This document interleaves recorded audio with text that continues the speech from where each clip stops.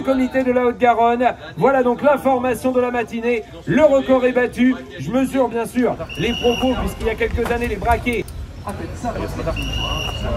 Comment est-ce que tu t'es préparé pour le chrono? Bah, on a fait des exercices chrono type effort long de 20 minutes pour essayer de faire mieux chrono possible, mais après je vais faire plus une belle course cet après-midi, comme le chrono c'est pas trop mon domaine. Ton père t'a donné des conseils pour aborder le chrono? Oui, il m'a donné quelques conseils par rapport au chrono et j'ai essayé de les tenir pour faire un bon chrono. C'était quoi ces conseils? D'avoir une bonne position, de bien souffler avant un virage, de faire une relance progressive et toujours relancer en augmentant les vitesses. Après on va essayer de faire ça, d'appliquer. C'est quoi la principale difficulté de ce parcours? C'est la descente, juste après il y a le long faux plat. Je trouve que ici c'est le plus dur. Et après avec ce qu'on a déjà dans les jambes, donc avec le faux plat, retourner sur le deuxième faux plat juste avant l'arrivée, c'est vachement dur de relancer quoi.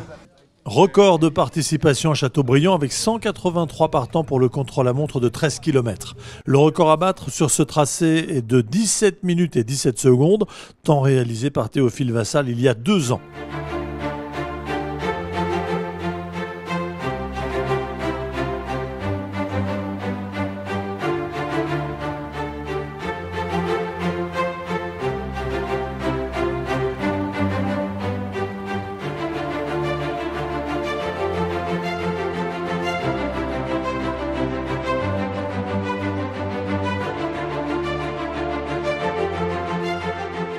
Le vainqueur du chrono, le voici, Layan Clovis du Vélosvan. Il pulvérise le record de l'épreuve en 17 minutes et 4 secondes.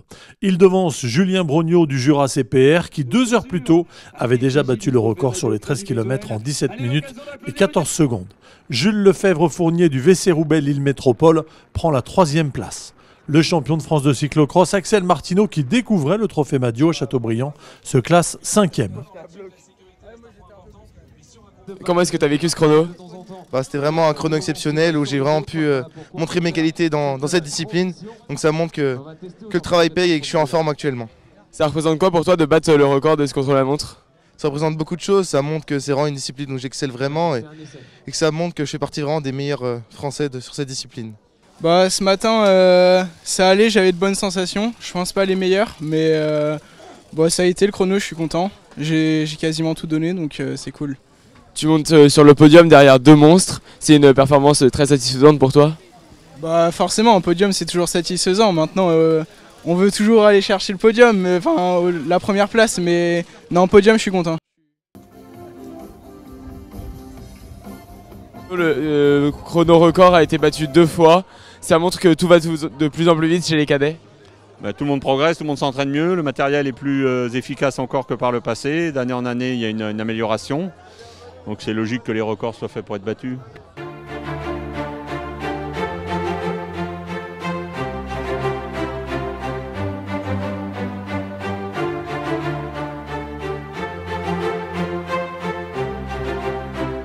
Est-ce que c'est vraiment différent de courir 2 courses dans la même journée? Ouais, c'est sûr qu'au niveau de l'organisation, on doit être, il faut savoir ce qu'on doit faire avant parce que sinon on est dans le désordre et c'est plus simple. Et bien au niveau de la nutrition, vous allez faire quoi? Vous allez plutôt prendre le pari de beaucoup manger, quitte à être un peu engourdi, ou plutôt à y aller mollo sur la nourriture?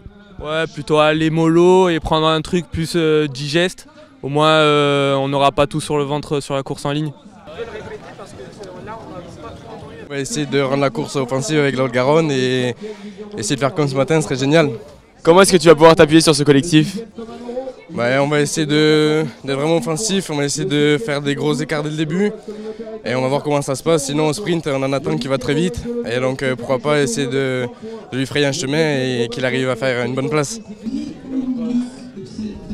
Beaucoup de monde, du coup ça fait bizarre parce que j'ai jamais couru en route avec plus de 40 pilotes.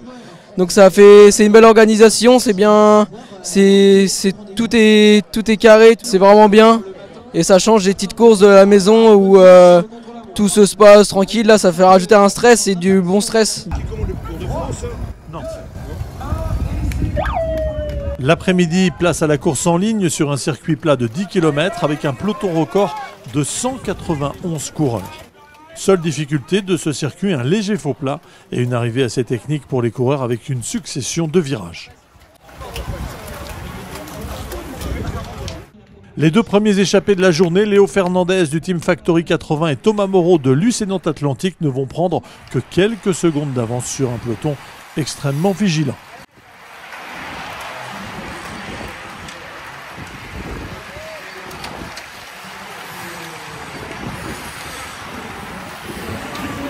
Dans le troisième tour, une autre échappée se dessine avec 6 coureurs. Louis Chapa de Jura Cyclisme, Pierre Rioux du VS Dronquois, Justin Gentil de Pavilly-Barentin, Jules Bonsang d'Étuples-Doubs, Romain Giton de Neubourg et Mathis Mourin-Bezet du SCO Cyclisme.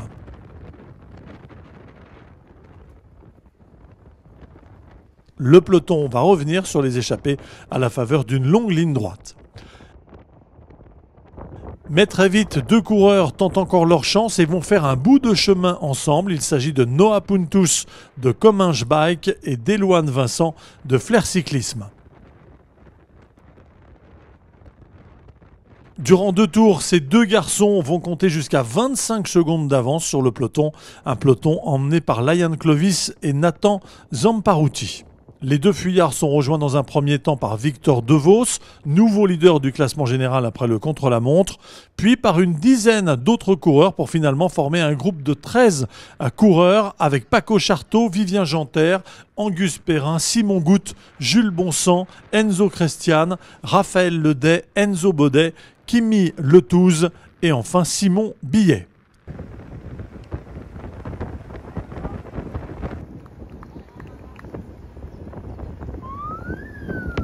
Cette échappée tiendra bon, elle ira au bout malgré les efforts du peloton.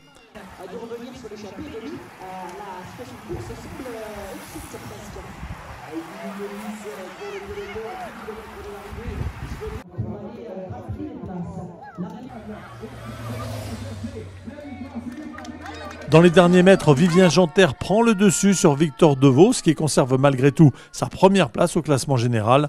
Simon Goutte termine à la 3e place.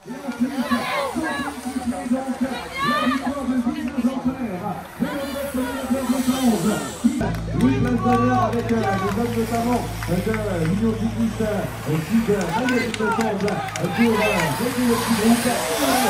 Vive le pétion parmi qui nous a connu pour toute sa condition pour faire un superbe spectacle. Voilà cette 4e manche. Donc la livraison vers but, la victoire de Vivien Janter, la 2e place de Victor Devos. Qui prend quelques vidéos pour YouTube, puisque ça c'est clairement... Vivien, ton frère en 2 ans n'avait pas gagné de manche du Trophée Madio. Là ça fait 2 mois que tu cours le Trophée Madio, t'en as déjà gagné une. Est-ce que c'est un peu une fierté? Ah bah oui, forcément c'est vraiment un truc de fou de pouvoir gagner et surtout en première année. Ça s'est passé comment la course aujourd'hui? Comment est-ce que tu l'as senti? Bah très bien, j'avais des bonnes jambes et puis bah j'ai pu gagner, c'est très bien. T'as fait le jump tout seul, c'est ça? C'est ce que tu nous racontais? Ouais c'est ça, on était 3 et puis bah il s'est rentré. Comment ça s'est passé le final, cette dernière ligne droite? Oh, vraiment super bien et puis il rend super heureux de pouvoir être premier à l'arrivée, c'est un truc de dingue. Ça annonce un petit peu un duel avec Victor Devos pour le Trophée Madio cette année. Est-ce que vous avez parlé à l'arrivée? Oui c'est ça, bah, ça va être très serré, hein, on verra bien à la fin. Mutuel et Simon qui lui paraffe une belle journée donc du VCC Étanges qui donc vient chercher une 3e place. Les applaudissements s'il vous plaît pour ce podium de cette 4e manche. Et donc l'orgueil. Tu m'avais dit sur Instagram hier que tu étais meilleur l'après-midi que le matin. Tu l'as montré? Ouais, j'étais encore mieux que ce matin et ouais, je suis hyper content et ouais, c'est souvent comme ça avec mon corps. Et donc là tu as pu faire 2e, il n'y a pas de déception, c'est vraiment les plus forts qui ont gagné en plus ou pas? Ouais, je pense, Vivien et moi étaient vraiment, je pense, on faisait partie des plus forts, je pense, de l'échappée. Et ouais, je pense c'est vraiment les plus forts. Et 2e, un petit peu de déception, mais je suis quand même assez content. C'est le premier podium sur le Trophée Madio, donc c'est toujours cool. Et là, on est à la 4e manche. Ton pire résultat, c'est 6e. Comment est-ce que tu expliques cette régularité? Pour moi, je sais pas du tout. Je continue à essayer de regarder tous les coups qui partent et je sais pas, j'ai le feeling à chaque fois qu'il y a un coup qui part que c'est le bon et je suis souvent dedans, donc je suis content. Et j'espère que ça va continuer comme ça. Moi, je m'attendais pas du tout à faire ça. Je m'attendais plus au début avec la forme et l'entente dans le peloton faire une 20e place, mais franchement là, vu comme on est bien sorti, je suis super content de faire 3ème quoi. Et surtout oui c'est ça, c'est avec une récupération un petit peu particulière ce midi que tu as pu aller chercher ce podium. Ouais bah le père à Vivien il avait oublié le repas à l'hôtel, donc bah on s'est contenté de ce qu'il y avait. Donc bah c'était un peu difficile mais bon au moins ça a fait le taf quoi.